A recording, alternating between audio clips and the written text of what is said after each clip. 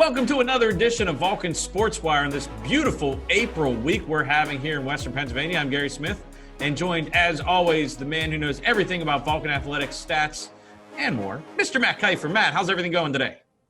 Going pretty well there, sir. And nice weather out there. Hoping it stays this way for the weekend. Well, you kind of broke up a little bit there, but I'm going to say it's probably the internet connection based on all the numbers you had to crunch this past weekend, especially Vulcan baseball. 4-game series against IUP. And the first of those games were on Friday at Wild Things Park. Yeah, it's a big set for the Vulcans. They've already faced IUP twice this year, so they had an idea going in terms of what IUP was going to be bringing to them. IUP has not had a successful season by any standards.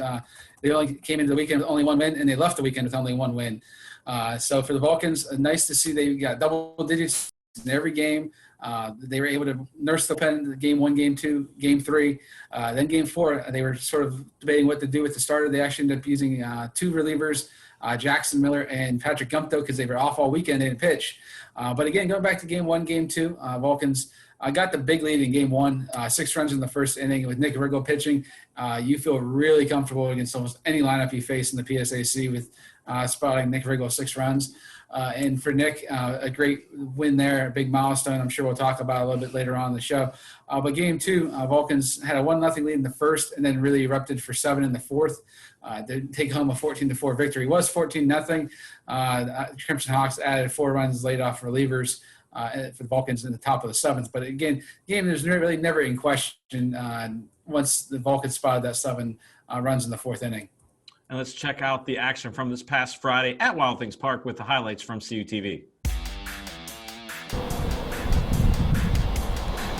That one line back up the middle. Shortstop's got it. Over the first.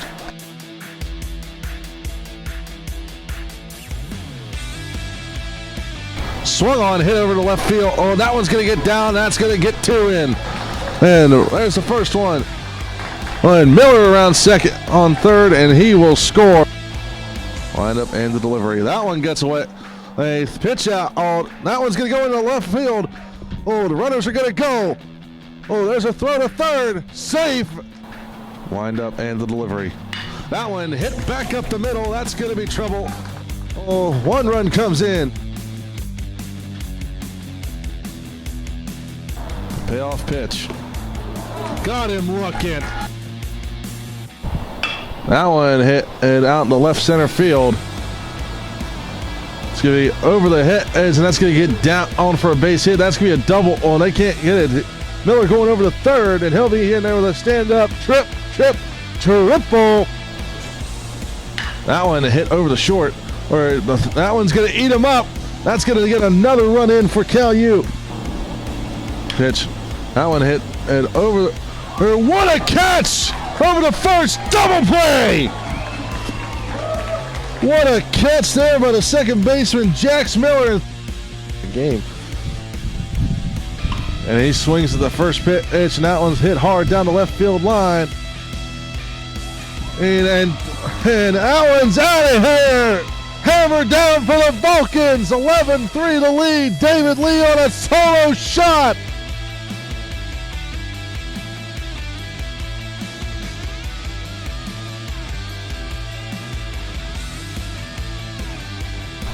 The pitch. Swung on in there. Throw it over the first to complete it. Nick Riggle gets his 20th win. And here's a Cal U Vulcan.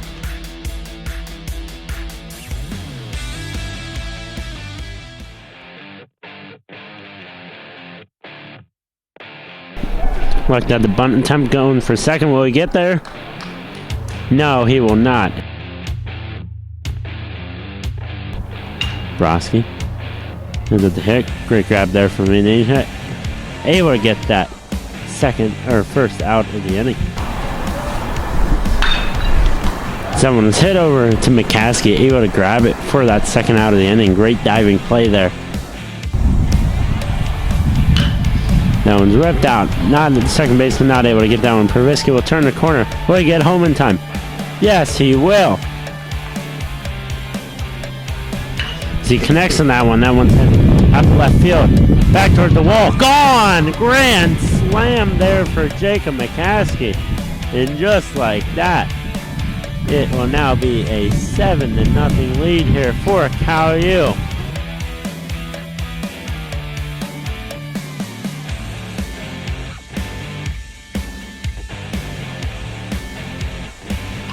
Someone's hit out center field. Will that one drop? Yes, it will. And Brogan takes the corner.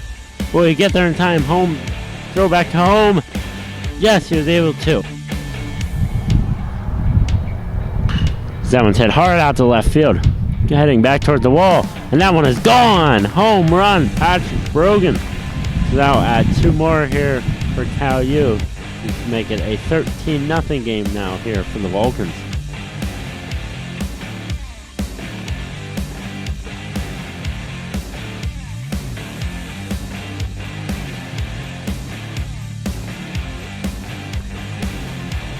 That one's tracking back towards the wall once again. And that one's gone there. So back-to-back home runs here for the Vulcans. Make this 14-0 now.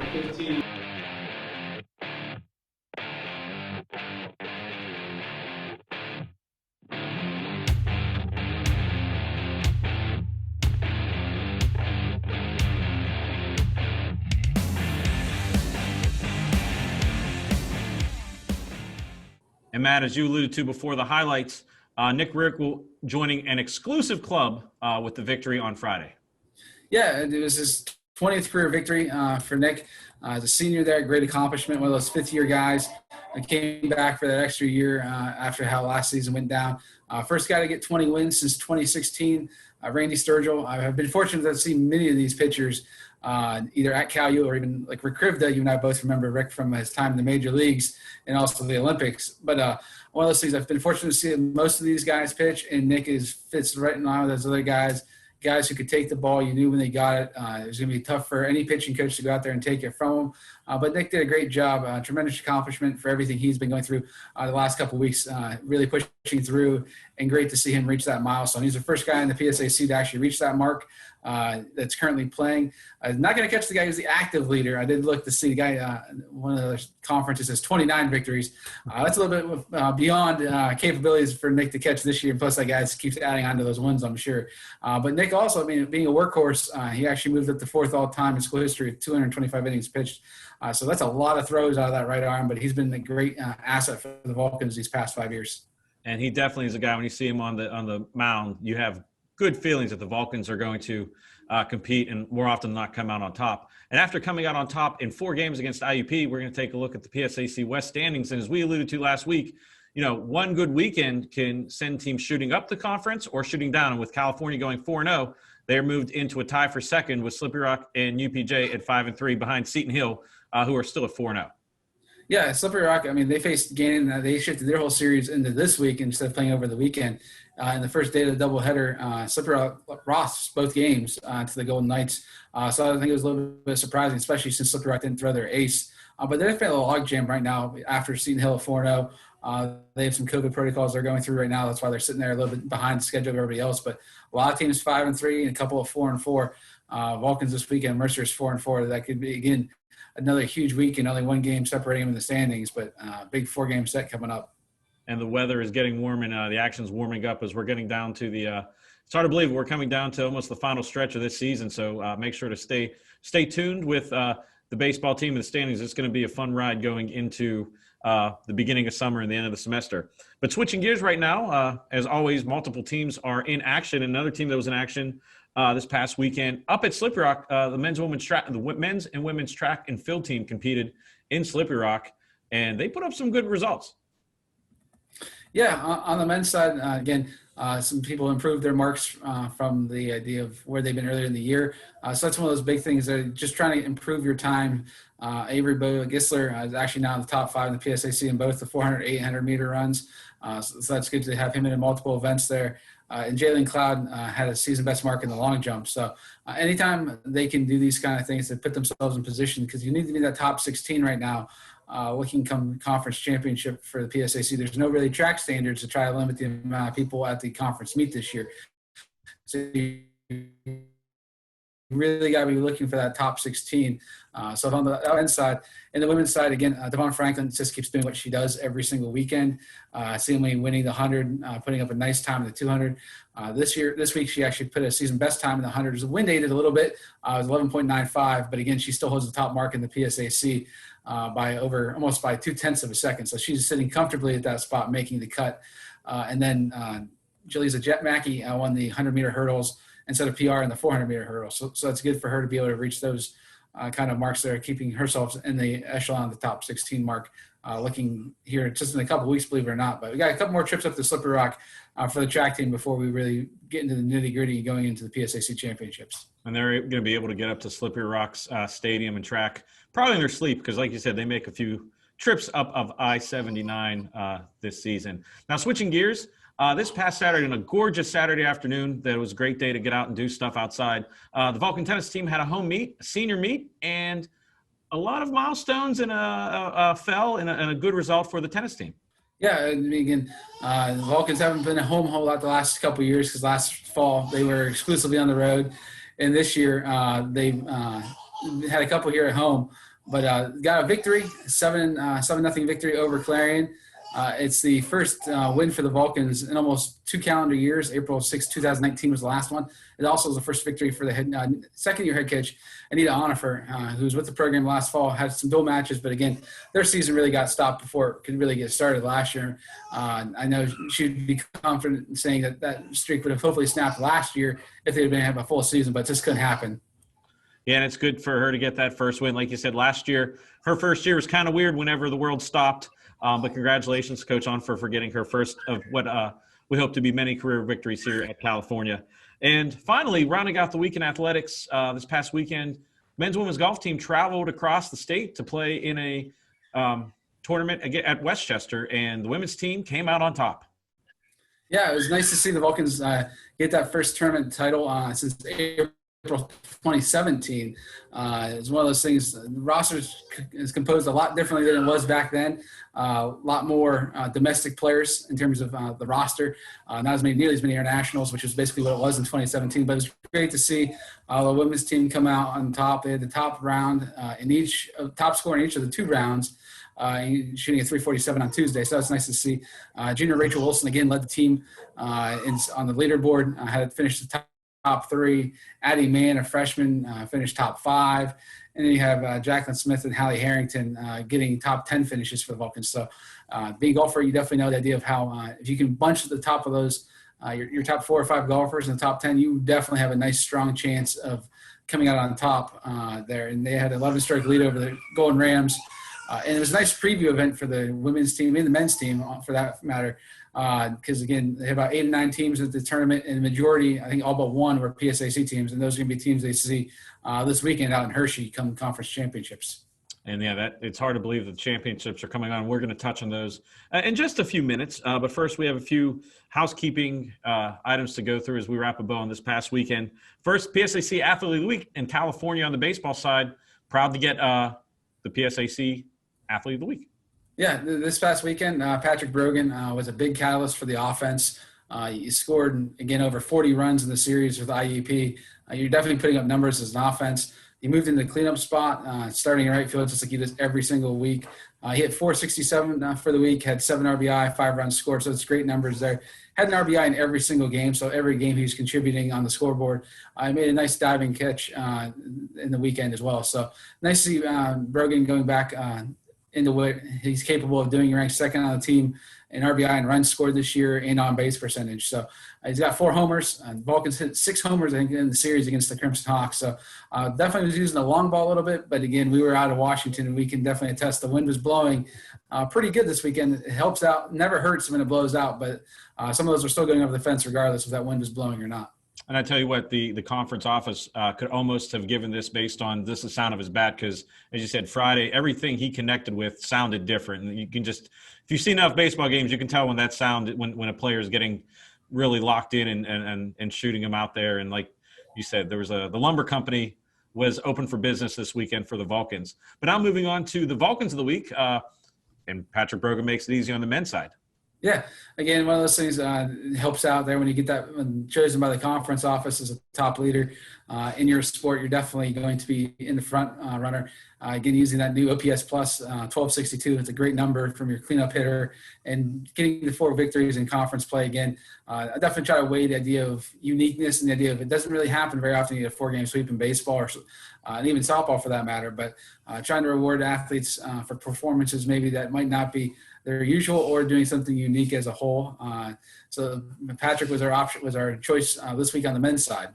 And on the women's side, we alluded to it a little bit before, the women's tennis team getting the first home win in a while. And so there has to be a catalyst for that win. And I think you made a good choice this week.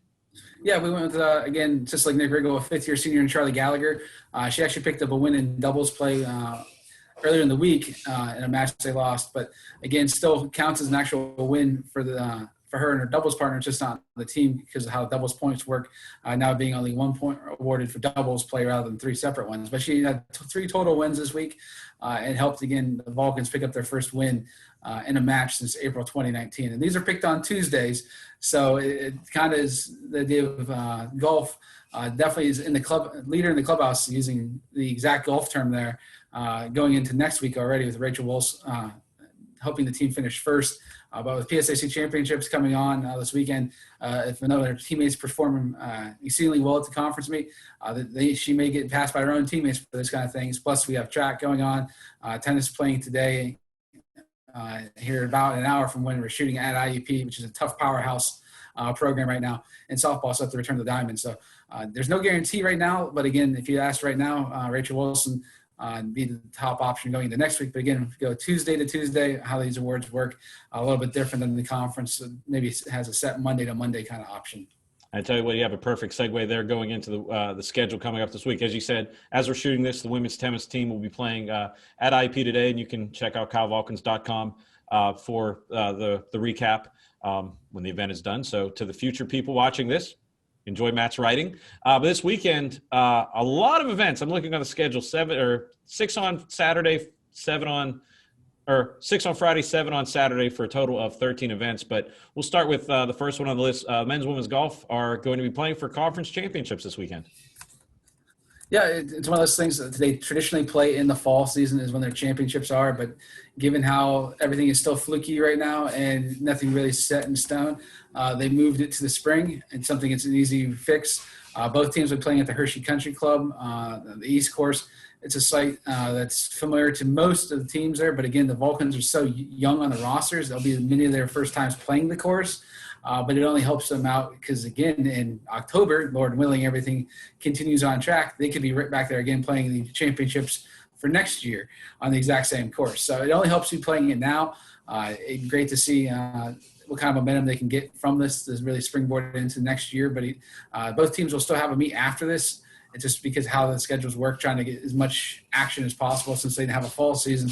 There'll be some times they'll play after the championships, which typically wouldn't be the case because it's normally your capstone in the fall season. But for right now, women's and men's golf, looking to see what they can do. Men's golf, IUP is going to be the favorite again, year in and year out at the conference meet. It's just what they do. People are used to seeing them dominate in basketball and football and tennis and one of those programs. But I don't think a lot of people realize how good they are on the men's golf side. They are basically what Westchester is on the swimming side, being just that team that you just can't dethrone. They've been doing it for over a decade strong. On the women's side, a little bit more mixed there. Millersville is a great golfer who's won the last 2 tournaments the Vulcans have played in. Gannon's won titles in the past. Kutztown's been up there. So it's going to be a lot more open field, I guess you could say, sort of like the Masters this weekend. There's some options, but there's really no prohibitive favorite in terms of without Tiger playing like Tiger or Spieth doing what Spieth normally does and DJ playing like he does. So I think in Hershey, you're going to see on the women's side a good field overall, seeing how everybody plays. But again, Millersville's individual golfer might be the favorite there. But on the men's side, look to IUP. And good luck to all the competitors this weekend. It's anytime you see those letters, PSAC and Conference Championship, the competition ramps up a little bit more for a conference championship on the line. So good luck, and hopefully some of the Vulcans can bring home some accolades for them. Now moving on, baseball and softball get to tangle with the Mercyhurst Lakers on Friday and Saturday. And always interesting when playing Mercyhurst in either baseball or softball. Yeah, baseball is one of the things. The Lakers have won the last 2 regional titles when there's been a regional championship. It is a program built for over a decade since they've been in the PSAC as being the best pitching in the region, some of the best in the country. They've had numerous pitchers get drafted. They basically had a lockdown. No matter who it is, gets the PSAC Pitcher of the Year award. So it's one of those things you're going to have to – runs are going to be at a premium in this entire weekend for baseball. You get 5 runs in the game, you are probably sitting pretty good, and you'll be ecstatic because Mercer just doesn't typically give up runs.